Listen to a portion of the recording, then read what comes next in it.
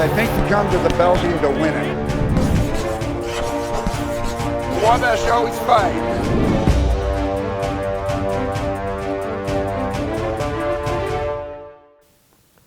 Hello and welcome to the Don Morel Show, your chance to hear the thoughts and comments of the head football coach of the Little Giant program. And Coach, get a chance to talk about a good road win on Saturday, a 38-3 victory with your trip to Oberlin. And it was really your first game this season to have to deal with some weather conditions, and your team was able to kind of use that to a good effect. You could able to pick up 5 turnovers by the Yeomen and converted 21 points out of those 5 turnovers.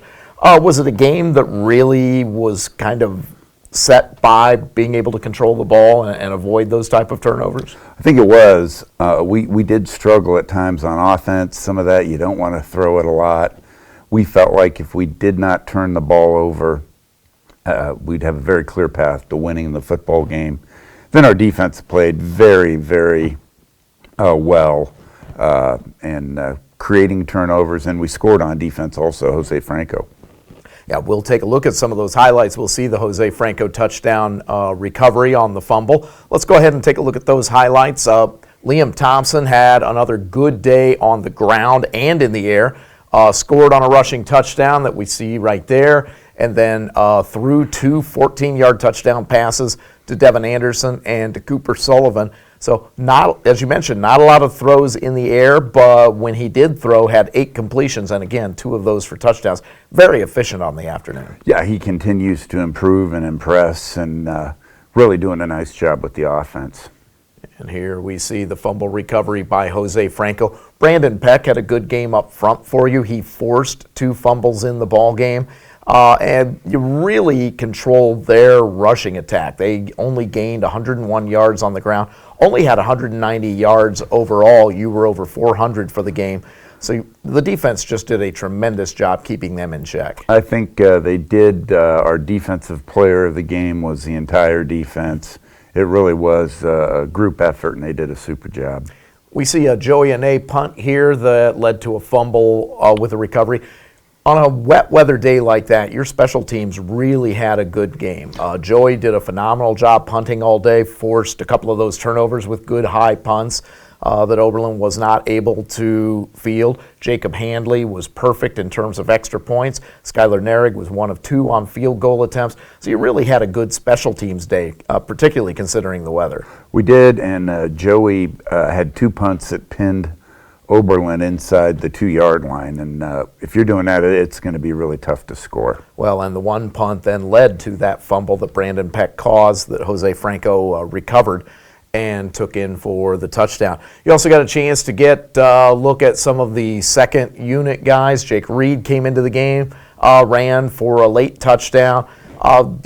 One guy who really played well from what I saw on some special teams, Sam Marksberry, downed one of those punts inside the 2-yard line, set up that fumble. So it was really a good team effort on Saturday all the way around. It was. Sam also had a nice 3rd down catch.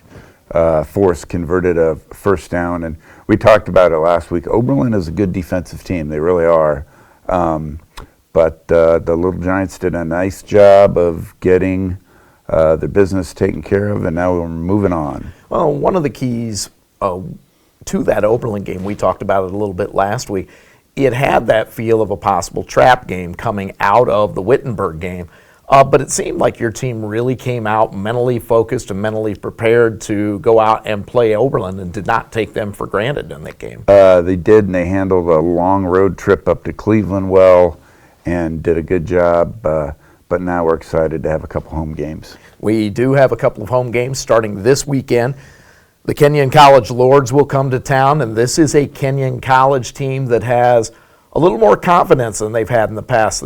They've got 3 wins this season, 2 conference victories, along with a win over Catholic to open the season, a new coaching staff, and they're doing some good things, and it starts with a very talented quarterback in Thomas Merkel.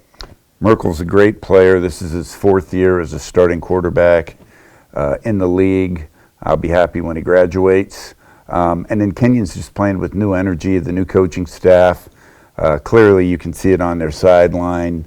They bring the energy. They are aggressive. They try to create turnovers. And they do have 3 nice wins this season, which is a huge improvement. To go with Merkel, they've got a couple of 2 young wide receivers that have really done a phenomenal job for them this season.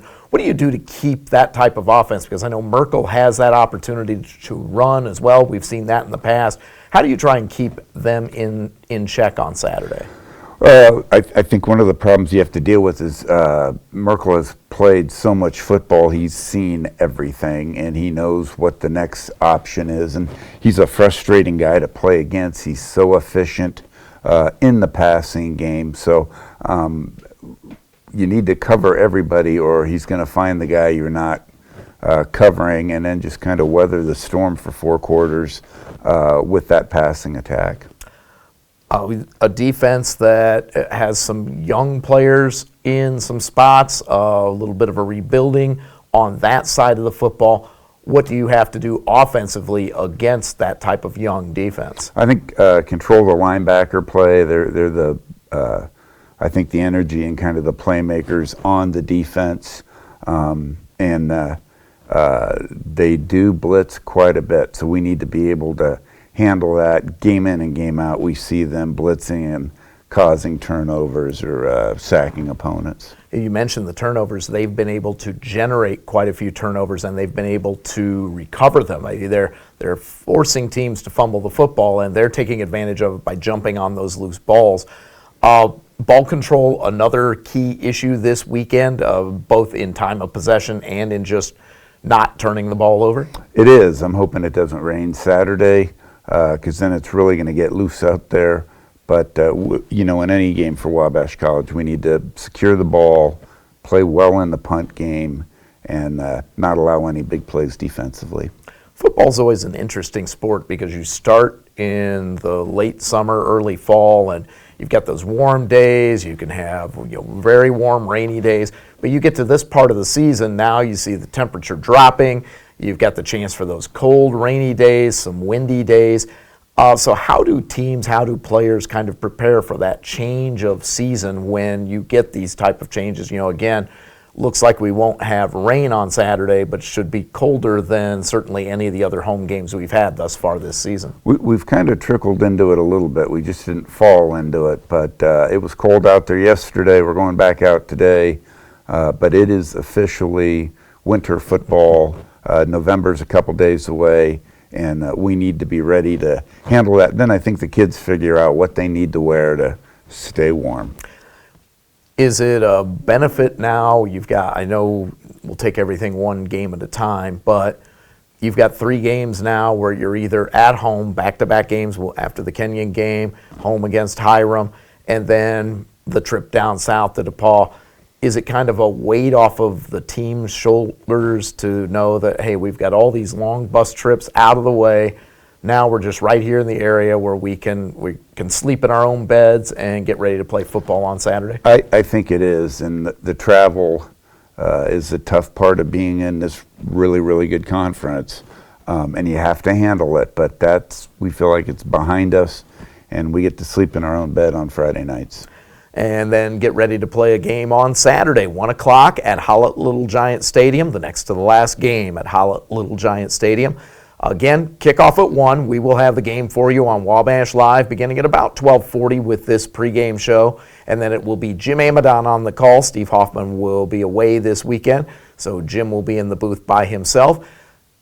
You can also come out to the game. You can go to wabashtickets.com and you can get information about tickets for Saturday's game, all the various ticket options like Wally's in the end zone or parking and tailgate information to have an enjoyable day before you come into the stadium and get ready to watch some Wabash College football on Saturday afternoon. Again, if you cannot join us on Saturday, catch us on the Wabash Live broadcast. Links for that are on the Wabash Sports website at sports.wabash.edu.